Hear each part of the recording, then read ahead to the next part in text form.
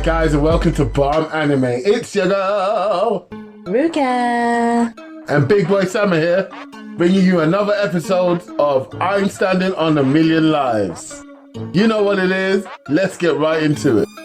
So like we thought, we got a little bit more of a background on Shindu. I did expect to get a little bit more than what I got because it seemed like we got a little bit of her in the beginning of the episode and then at the end. We don't know why she was so emotional, but we have heard a bit more about her. So now we know that when she was a child, she scrapped quite a lot. And then an older girl took her under her wing and passed away. It also seems to be the root cause of why Shindu is so perfect on the outside, perfect face, great at sports, great at grades, really good at everything. And it's quite sad. Yeah, she's a prisoner to her own sort of mental cage because she has been taught that this is how she needs to be because she fears not being that person. And it's a shame, but it's also something that I think a lot of us are familiar with, and I sort of feel like that sometimes, that I have to be a certain way in order to get where I want to get. We can't lose sight of the fact that it was actually her dad that was saying these really horrible things about someone who had passed away that his daughter was close to, and putting a lot of value into Shindu's looks and not into who she was as a person. And she's clearly trying to live up to that goal that her dad set for her, and she's trying to, I would say, make him proud or be accepted. It's a shame when parents force that sort of mindset on you, or try to live vicariously through you, or bring you up with ideals that aren't necessarily good for you. But because you just want to please them, you do your best. And when you come up short, you feel very disappointed in yourself. And you feel like you're not capable of being worth anything because you haven't lived up to their standards of what they expect from you. It's really sad, and I like the way that they conveyed it in here, giving us short snippets, not something too heavy or too long, but giving us a gradual insight into Shindu. But also, the powerful thing about Shindu is she is not afraid to reach out for help. She's not afraid to ask questions that other people might look down on. She reached out to both Hakusaki and also to Yotsuya as well, and she didn't really know either of them that well, but she's open enough to be able to do that, and she's asked Yotsuya for help. Also, what the hell with this new girl that we've got? Tokitata Yuka is the new girl that we've seen, and I don't really know what to do with her so far. She seems to be needing of approval from everyone around her, to the point where she was willing to forgive a bunch of girls that tried to film her naked on a live stream. And instead of being grateful for the help that she got from Yotsuya, she threw him completely under the bus and made it seem like he was some kind of disgusting pervert. I really did not appreciate that. And then she had the nerve to come to this world and alienate him from the other two girls that he's been building a friendship with. Okay, now my man Yotsuya is not the smartest guy, and he has very little social etiquette, shall we say. But he did not deserve this, and I hate people that do this. I'm sorry. Yuka right now has started on a bad foot with me, because my guy saved you and you had no appreciation. And that's fine. You don't need to show gratitude. But throwing my man under the bus, there was absolutely no need for it.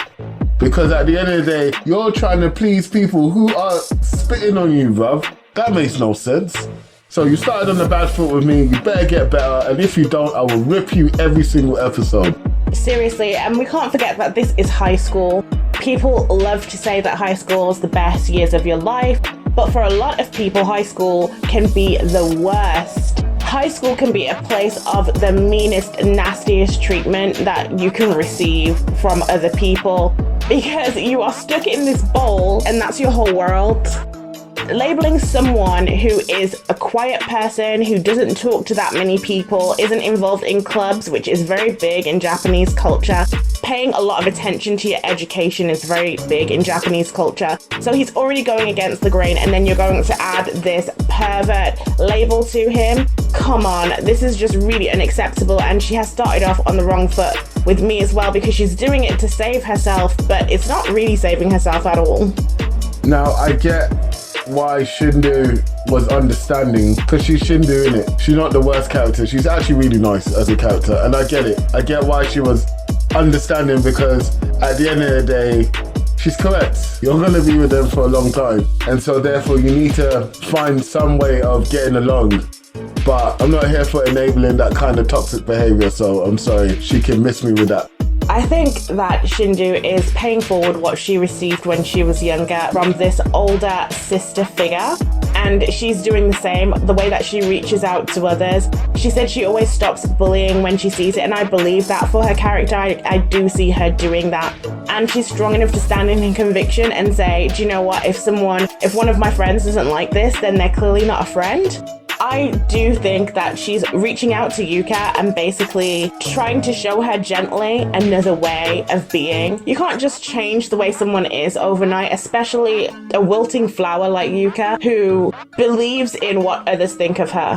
I found it weird though that Yuka decided marry me was one of the first few sentences she was going to say to Shindu. I don't know. I don't understand that as a response, but for Yotsuba, no girl for you here. And also, just bringing it back to Yotsuba, he is so stupid, but I actually laughed quite a bit in this episode because of how silly everything was.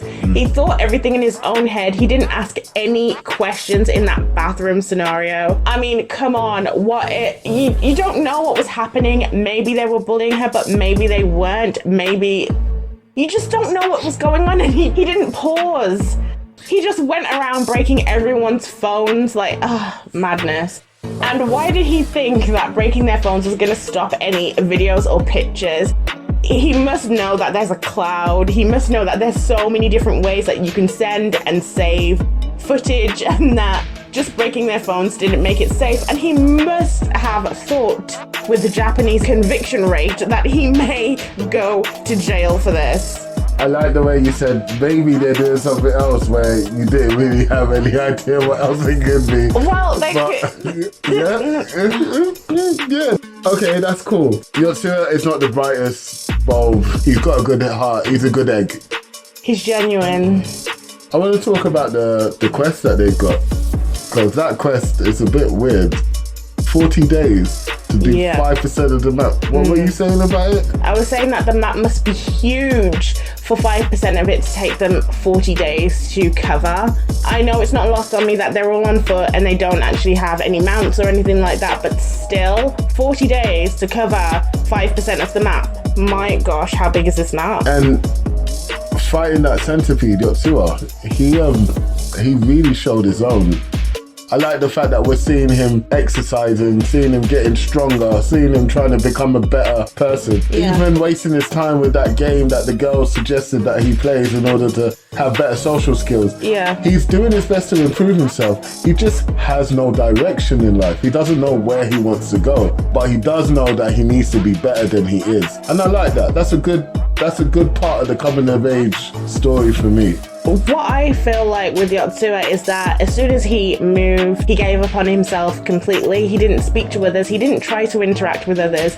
And I get the feeling that he's intentionally not applying himself, because as soon as he got to this game world, we can see that his thought process is very good. He's very good at strategy. He's not stupid at all. Everything that they have been able to accomplish has been through his plans. He finds really interesting ways to work with others. He asked Hokusaki if he could hold her sword, and he ended up leveling both of them up with his strategy. No one's tried any of these things before, even as smart as Shindu is. She never thought about this, and that she's been here the longest, she's been here the longest out of everyone. Yotsuya could have been better, but he chose to give up at such a young age, which is really sad.